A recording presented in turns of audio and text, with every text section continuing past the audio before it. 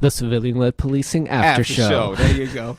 Now that you say it like the after show, for some reason I got thinking about you doing hip hop talk before, and I started listening to Danny Brown too, coming from Run the Jewels, and I love that dude. He's such a character. Yeah, he's a lot of fun. So anyway, just props out to Danny Brown for that. Peace to Danny Brown. Definitely one of the. I mean, not only he's a great MC, but he's also got one of those unique voices in hip hop. His whole. Everything about him, right? He's like a grimy prince of rap or something. Like, I can't put it together what he is, but it's awesome. And I heard this thing about him turning down the contract from 50 Cent because they wanted to look more G-Unit. I see. And he was like, nope, this is me, son. He's the grimy prince of hip-hop. That's awesome. So what we were just discussing, since it's civilian-led policing after show, is... what is the messaging? How do we get this out? And what is my opinion on that? Well, the honest opinion is I don't have a damn clue, because I've been talking about this for 3 years. I didn't get anywhere. And the truth is I'm the wrong one to ask. Yeah. And I mean, we were just talking a little bit about the fact that our politics tends to kind of thrive on dysfunction. So ideas that might actually solve a problem aren't necessarily great, because if there aren't problems, I don't have a platform to run on and say I'm going to make all the difference and all the change, right? And you can't take credit for civilian-led policing. Oh, that's true also, yeah. You don't do it. So that's the thing I butt up against in activism.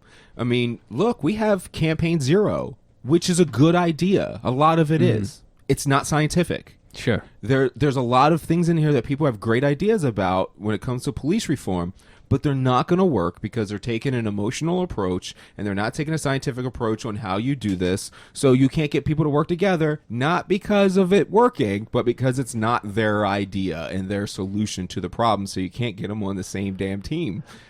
So let me ask you this, and Avi, just jump in whenever you feel like. This is the after show. This is the after show. There's no rules. You don't have to be asked a question to talk. This is like the bad kids at the back of the speak. You're the smart one. Hey, the PhD and the JD. Well, it's not just about words. What were you saying, man? Fuck, I don't remember. No, dysfunction, credit. I was gonna ask you, do you think the fact that your model is so based in the sort of scientific literature that sort of creates a reaction in other people where they're just like, I don't know what the fuck you're talking about, and that's as far as the conversation ends up going, not because they don't actually like the idea, but because they're not actually prepared to say, I actually don't know what you mean when you say that. Right. I think that maybe there's some kind of balance in there I have to reach, because it seems like when I don't speak like I have the education and I talk normally and use generic terms for everybody to understand, I'm better at communicating to the masses, which should be my goal. Sure. But then technocrats will come in and say blah blah blah about this or blah blah blah about that, and you didn't say the right word. Like the Rogan thing, words, like man. Stupid people will say, Fast Team isn't technically special operations, and I'm like, yeah, they're not under the special operations group in the military, but to normal people, when you're saying what does this group do, they think special operations is when you go do weird operations that's disconnected with everything else, and you have a small unit. That's the communication that I need with them, not jargon. Yeah. So like the people that are into the jargon will criticize you when you're not into the jargon, and then you're not really communicating. So I have no idea where that balance is. But so I think for the regular person, just understand, if it was those 6 people from around your neighborhood and you all got together, community leaders, church guy, you all sat down and you wanted to argue about what your policing should be. That's essentially what I'm talking about. Now, that sounds so simple that it shouldn't work, but the scientific aspect is what I'm saying is no. The science says if we take stakeholder theory to establish who your stakeholders are, we develop a corporate responsibility theory mindset,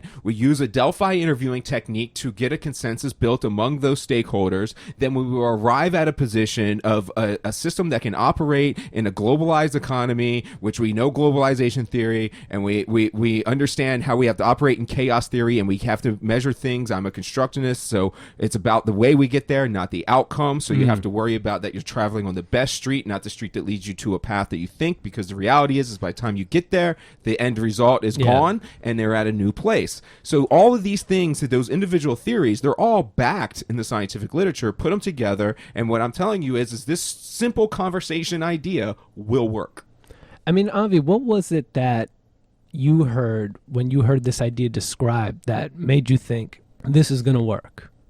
Well, so I was thinking in terms of Camden specifically, because that was the city I was connected to. I spent a lot of time there during the campaign. It just made sense. It just, everything was basically saying you get to decide how you want to be policed, not someone deciding how you should be policed. That concept never made sense to me. And it just seems an easy fix for all the problems is we're not going to arrest people for drugs. That was always a big one for me, is the drug war is stupid. It just doesn't do anything, and it makes everything worse. I mean, the drug war thing to me is is such a huge factor in this whole discussion. In this whole country. Like the gun thing. That's where I argue with libertarians. Like people that want to argue about the gun control debate. I'm like, yeah, my position is in our reality. If you get rid of the drug war, we may have an entirely different discussion about who gets to have guns and where you get to have guns and everything else. But we're not in that reality. We're in a ridiculously mind-numbing, stupid reality of prohibition for a drug that we know ends in this. So what would happen if the drug war ends? What would the example people you like to use is Chicago? What would happen to all the people with the guns? And where would I get all my drugs? Right, so we divert those resources to the actual crime problem, which is economic. How do you say that? The inability to climb, economic. The lack of social mobility. Social mobility, thank you. So you have a lack of social mobility, and you have a lack of jobs and all those things. So you just take all that money and you could just pay everybody to sweep the streets, and you would be in a incredibly improved position, because even a regular drug dealer on the corner, if I told you can take them and say, I'll give you a job paying $15 an hour to go sweep Walmart and you get benefits and everything else, they will take that in a heartbeat. Sure, but what about the culture itself? There is no culture itself. The culture is a culture of poverty and struggling to survive. You don't think there'll be a transition period where people have to figure out what life is like now without the Well, drug your war? biggest transition period is you have a bunch of people that are still lead poisoned in those neighborhoods who are going to have violent propensity for a long time. So we have a multitude of problems, and it's not going to be a panacea, and the generational trauma, all the you don't even have, let's be honest, you don't even have to go intergenerational with the trauma that exists in these communities. Like, by the time kids are like 6, 7, sometimes even younger, they have seen things that it's like... And a lot of it is a direct result of the drug war. So you wouldn't be harming those kids. So yeah, it's not going to be an immediate payoff, but the amount of immediate harm reduction is going to be dramatic. It would change our society in a heartbeat, even if you just... Because the thing is we're doing things wrong. So even if you just stop doing wrong, you will make a dramatic improvement. I want to go back on the thing you said about controvery. But remember, we don't have much time, so hurry okay. up. Chop this shit up. My man's got things to do. He's important. So to your point about controversy, you're correct. Not the only way. One of the best ways to get coverage is to do something controversial, as we see from Trump and Milo. But something that would be very simple to get civilian-led policing off the ground is for Trump to bash it, because then people will get on your team. It's Trump said something bad about it. Okay, now I'm on board. It really is that simple. See, this is the strategy discussion I want to have. That's a good one. Yeah. Figure it out. I don't know. Well, I try to do these outrageous things where I will come out and Oakland will hire that woman that they hired that doesn't know a goddamn thing about policing or how to even figure out what truth is or facts. Or facts, because there's a difference there. I could go out and blast all these people and put them out there, and it will carry a little bit of a media for a second, and it's just... That's because you're talking to the wrong crowd. You got to go on the shows that have the Trump supporters and then piss them off. Yeah. It's the way to do it. You don't get invited to those shows as often that's as our you'd like. perpetual problem. So I'm trying to do better. You notice I have not said white supremacy in like 4 weeks. But that's the way to do it. If you want to do it, you want to go to those crowds and get them all riled up. Well, they're trying to say was, what is the police department doing? Well, it's executing white supremacy with it, because they say, how can a black cop in a black city and a black this? Because it's not about the officer being black or white. It's about the execution of white supremacy, which is I said white supremacy. It's over. Yeah.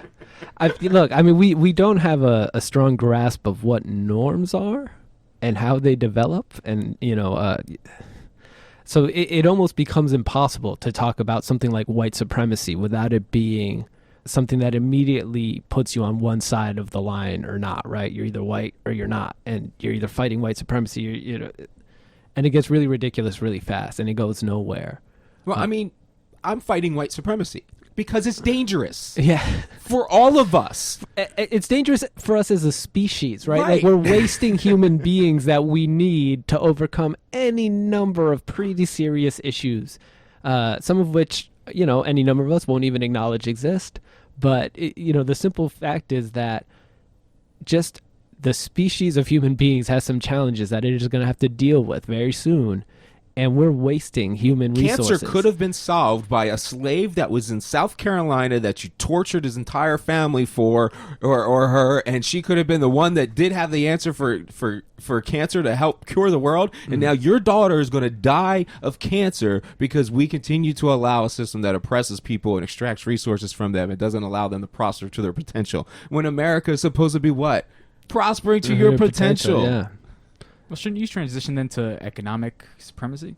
I mean, it is economic supremacy, Yeah. but the overall concept, Is is I get it. already in paper as white supremacy. Yeah. So how do you convince everybody in the history of literature to go, oh no, from this day forward, that concept we knew as white supremacy, I try to call that colonialization or something like Sure, that, yeah. but it's hard. I mean, I don't think you can understand the idea of white supremacy, the concept of white supremacy, without a firm grasp of the history of Christian thought and the process of colonialization in the New World, because the populations who came to America and became white did not adjudicate their identity on that basis at that stage in history. They still thought of themselves as Christians, and that early modern colonial period is on the heels of all like the religious wars of Europe, where Christians are fighting other Christians because they're not the right types of Christians. And the definition of the Christian wasn't simply a definition of a religious adherent. It was the definition of the ideal human being, and that has shaped any number of norms in our society, including our moral values, which is what makes, I think, this conversation so difficult to have, because it's, as much as all these things were part of an economic system, part of a political system, they're also part of a moral worldview. They're also part of a vocabulary and a language. They're also a part of a discursive practice. And these, I feel like until we can get to the level of how we structure our thought and just understanding that, we're always going to get trapped in the sort of historical contingencies. Yeah, we are. And that's what we're trying to do, is break out of that, right? So we back to that same equation we've always said about even doing civilian-led and getting it as a broad concept is will it eventually be a concept everyone adapts to? Yeah, because the literature says that way, the younger generation sees it that way, so it's a natural process. So it's not about whether it will be achieved, it's about the process and time in which it takes to achieve it, and we need to expedite it, because without expediting it, then you're just continuing to proliferate these problems that are of great historical context. I mean, I think you're right that for many young people, this is an idea that resonates. But I suppose that raises an issue, which is, aren't most young people just terrible? That's what they've always told us, right? And it's always been wrong. I love that. Every generation, I swear, it doesn't matter where you pick up a piece of literature in the history of humanity, you will find them bitching about the young generation, and then you will see that generation achieves more productivity and makes more gains than the previous generation. But did you see how they were fucking dressed? Could you believe that shit? Well, I like how we're supposedly lazy and want everything for free, when at the end of the day we're going hundreds of $1,000s into debt, and then go take unpaid internships so we can possibly get a job. Shit they got for free. Yeah, exactly. Yeah. Well, They got a not to job mention, right out of college for a stupid degree that they got. We have to go further even now than they ever did. and we're funding a social security system that might not be solvent when we have to start making our own withdrawals from it. How long? 2035. It starts paying out. Payouts 27. We're good. We're all right. We're good. You might We're old enough. I'm hoping global warming makes this whole 30, thing. you're move. 38, 36? 34. You're 34. We're good. We're telling you. all right. We're all right. We'll get in before Our the kids are screwed. you might get paid payments for the first 5 years, but then you're living to 100, so I'm not sure. Yeah, but it's like solvent till 2074 or something like that, but with reduced payments. You're right or something there. like that. Okay. Yeah, so I'm good. Right. Yeah, I'm sure technological advancement will make the reduced payment easier to bear. Right. You know, Right. Sure, it always does, right? Because medical costs don't escalate. Not this country at all, ever. I'm just hoping I'll have like a robot butler by then that like handles a The lot of the butler's other the first shit. thing they're going to make. That's a good robot. The butler.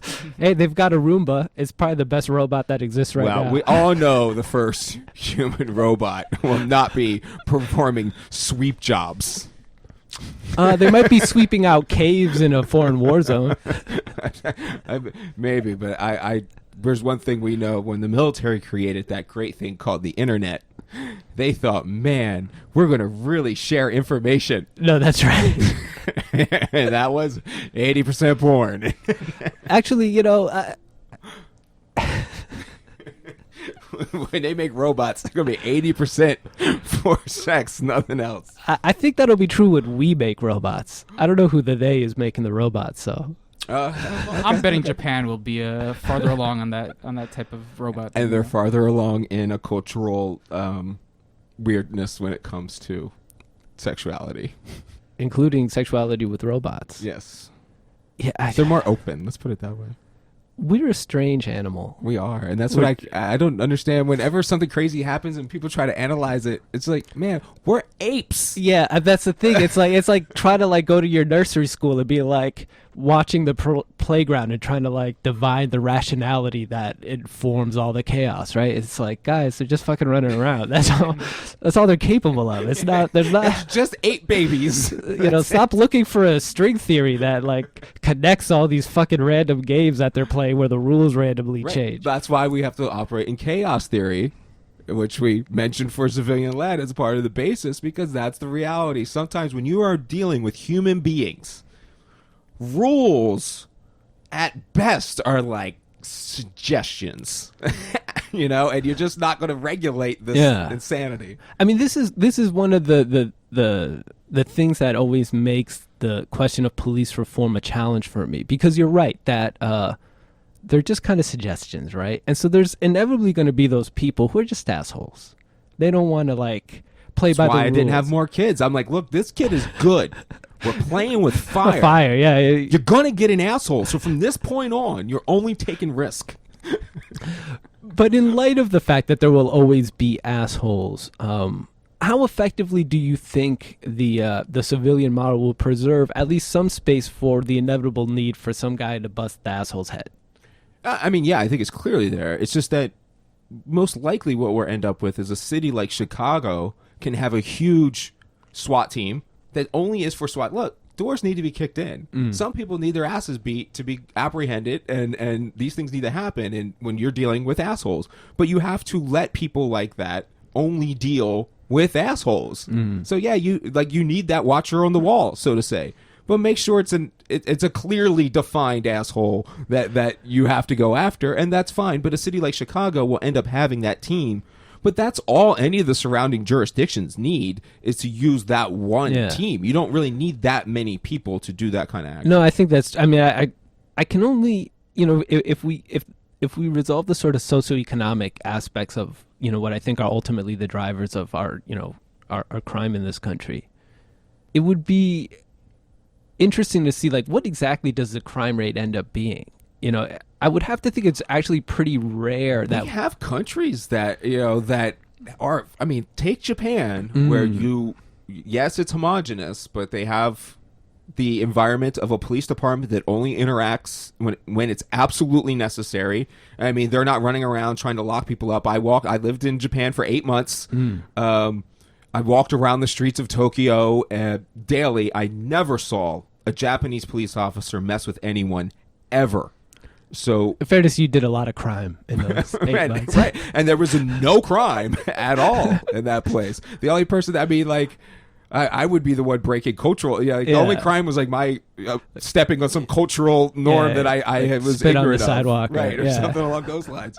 And it's an entirely different thing, and it feels like if somebody did something, like the community would address it spot on there, and they don't really have a problem, because again, if you're all in that situation where no one's being like right now in the city, who the toughest kid in the block is the one that's probably the street lieutenant, right? So he's the one that's going to get locked up, sent away.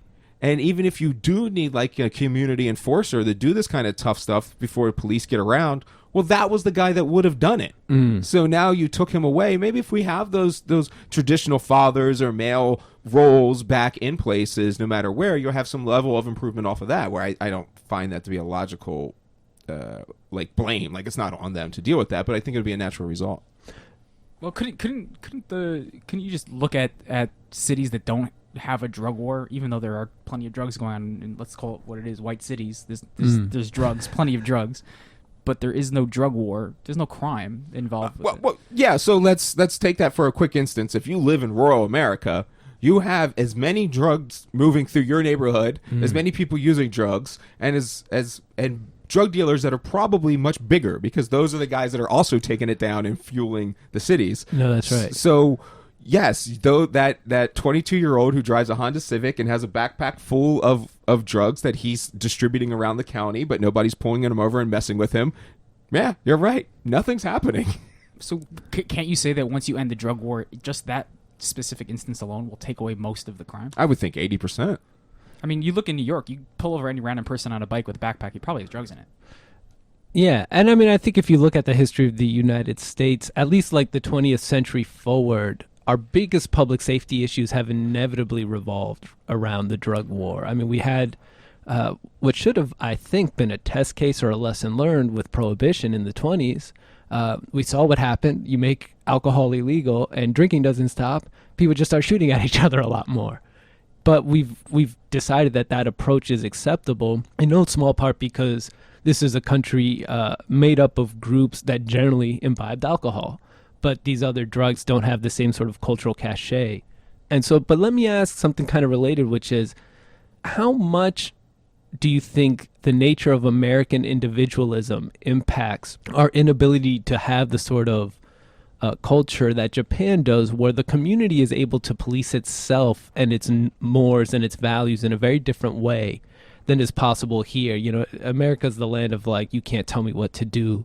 You're not the boss of me. Even when you're the fucking boss of me, I'm like, you ain't the boss of me, right? You know, how much of a challenge does that American individualism pose? I feel like it does in maybe getting people to place the vote, but I think that's a concept that's not actually practiced. I find that most people that call themselves patriots are the most ready to follow any nationalistic leader that tells them what they're supposed to be doing and aren't really individualistic. I think we have taken the individualism idea of capitalism and made it greed. And sure. So, but my concern is that, right, is that the civilian policing model will essentially put my neighbor in charge of the police. And there's something about, and maybe I'm taking a sort of cynical position, but there's something, you know, we tend to have this sort of like, who do you think you are sort of mentality that makes it hard for us to be policed by our neighbors, unless you've sort of built that in your community, in your neighborhood, whatever it may be. Does there have to be something of a cultural sea change alongside the sort of political or change with the police reform? Well, I think you would, but the reason I care about systems, so I don't care about outcomes. We always got to remember that. I get arguments with Avi about this all the time. I don't care about the outcome. I care about choosing the right pathway to that. So my check in that is that the heaviest police communities are overrepresented on the police board. So whoever is getting the most attention by the police will have the most say in what they do. So if you are a sheltered, protected person that doesn't get police services, you really don't get a say much on that board as the person who is being actively policed and has police saturating their neighborhoods. So, you know, they're going to make rules that distribute the police out and make the police nicer. And so even if you do get in a two-party kind of thing where you battle back and forth, you actually have a mechanism in place that always empowers the weakest. So that's the whole point, is that whenever we empower the weakest among us, we will always make rules and policies in place which are good for the strongest among us, because they're just a natural growth. It's not actually trickle down, it's trickle up is the way the concept is. And so if that lower group, which would be the inner city group that's heavily policed at the moment, when policing's too good for them and they did too good of a job, well, they're going to shift power to the people, to the other group, and you're naturally going to achieve a balance. So wouldn't you say that the idea is you're saying that there is no sense of community right now, and therefore you don't really trust your neighbor to be the person in charge? It's true. Sure, but isn't the point of the system to get people in a room together to actually discuss things? I'm worried that there might be a sort of underlying attitude that plays a role in why we don't want to, it's another difficulty in explaiing why this will be okay for you. You can go to the meeting and say, hey, neighbor, I don't like that. Don't lock my kid up for weed. And it becomes, you start to build a community through the system. Yeah, I think it would encourage it, sure, because everybody actually has a say. One reason why we're disconnected from politics is because we are aware that it has we're not going to achieve anything by the way the system's set up. So we can sit here and tell, what's her name now that's in charge? Catherine Pugh, what you want. There's no evidence it's going to align to any outcome. So why care? That's why people don't want to vote too. Why care? It doesn't matter. In this way, it really matters. So actually, more to your point about the community. So when you actually have a community, I grew up in a place that actually is a cohesive community. People get together and actually discuss things, unless there's someone on top telling everyone what to do. But once that breaks, once that person on top doesn't have the control anymore, then there's the different factions coming and actually having a conversation. Well, I think that's what would happen is everyone gets together and goes to these meetings, and there's transparency, and we can see what what is going on and what we want to do, and that will build the sense of community with each other.